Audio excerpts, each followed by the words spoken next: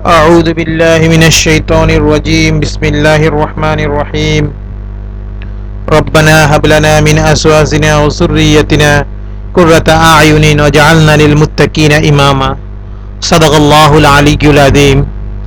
সুপ্রিয় দর্শক শ্রোতা বন্ধুরা, এই মুহূর্তে দেশে প্রবাসে যে যেখানে বসে ইউটিউব চ্যানেলের মাধ্যমে আমার আজকের আলোচনাটি শুনছেন, তাদের প্রত্যেককে জানাচ্ছি অনেক অনেক প্রীতি আর শুভেচ্ছা। বন্ধুরা, আজকে আপনাদের সামনে আলোচনা করব একটি গুরুত্বপূর্ণ বিষয় নিয়ে। আমরা প্রস্রাবের রং দেখে নিজেরাই বুঝে নিতে পারবো যে আমরা কতটুকু সুস্থ অথবা অসুস্থ। তো চলুন জানা যাক এ বিষয়ে বিস্তারিত।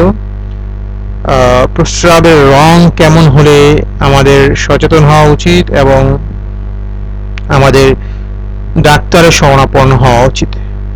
চলুন তাহলে শুনি। বর্তমানে দেখা যায় কোনো কারণে চিকিৎসকের কাছে গেলেই অন্যান্য অনেক পরীক্ষা নিরীক্ষার সঙ্গে চিকিৎসক কিন্তু আপনাকে প্রস্রাব বা ইউরিন টেস্টও দিয়ে থাকেন।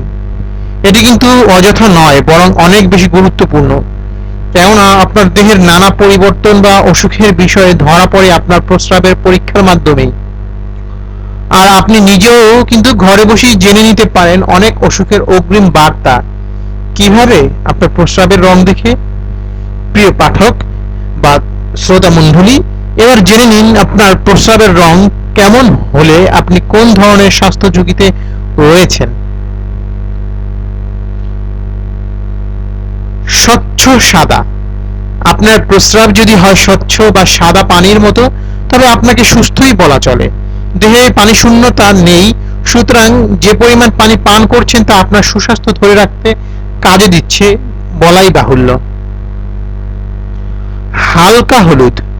এটি ততটা ঝুঁকিপূর্ণ নয়, তবে দেহ থেকে টক্সিন বা বিষাক্ত পদার্থগুলো বেরিয়ে যাবার জন্য আরো খানিকটা পানি প্রতিদিন খাবার আপনার দরকার আছে।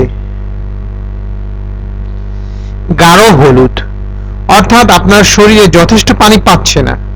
আপনার দেহের পানি শূন্যতা রোধে দ্রুত যথেষ্ট পানি পান করা প্রয়োজন। বাদামি বা কালচে বাদামি। আপনার প্রস্রাবের রং যদি হয় বাদামি বা কালচে বাদামি রঙের, তাহলে বুঝতে হবে আপনি হয়তো লিভারের রোগে আক্রান্ত অথবা চরম মাত্রায় পানি শূন্যতা এর একটি কারণ হতে পারে। দ্রুত ডাক্তার দেখান, না হলে বিপদ হতে পারে। গোলাপি বা লালচে। আপনি যদি সম্প্রতি জাম বা বিট জাতীয় ফল না খেয়ে থাকেন, তাহলে বুঝতে হবে আপনার প্রস্রাবের প্রস্রাবের সাথে রক্ত যাচ্ছে। এর নানা কারণ থাকতে পারে, যেমন কিডনির সমস্যা, মূত্রনালীর সংক্রমণ, টিউমার বা প্রোস্টেটের সমস্যা। সুতরাং ডাক্তারের শরণাপন্ন হতে দেরি করবেন না যেন। ফেনাযুক্ত প্রস্রাব। সাধারণত কিডনির সমস্যার কারণে ফেনাযুক্ত প্রস্রাব হয়ে থাকে। এটি যদি নিয়মিত হয় তাহলে ডাক্তারের পরামর্শ নিন।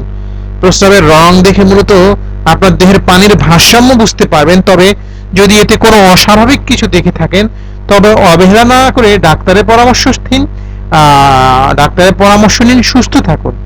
হ্যাঁ বন্ধুরা, আপনাদের সাথে আলোচনা করলাম প্রস্রাবের বিভিন্ন রং এবং এর লক্ষণগুলো এবং কোন রোগের কারণ হতে পারে সেই বিষয়ে।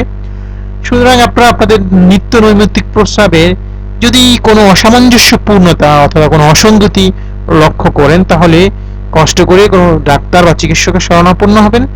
আশা করি আপনার এতটুকু সচেতনতা আপনার অনেক মারাত্মক সমস্যা থেকে বাঁচিয়ে দেবে। আজকে আমাদের আলোচনা যদি আপনাদের ভালো লেগে থাকে, তাহলে আমাদের চ্যানেলটি অবশ্যই সাবস্ক্রাইব করবেন, যাতে পরবর্তী আলোচনাগুলো আপনারা দেখতে পারেন। আমাদের আলোচনাটি এটি লাইক দিবেন।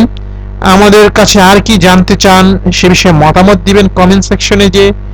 আর আমাদের চ্যানেলটি শেয়ার করবেন, যাতে আরো অনেক ভাই বোন আমাদের আলোচনাটি শুনে উপকৃত হতে পারে।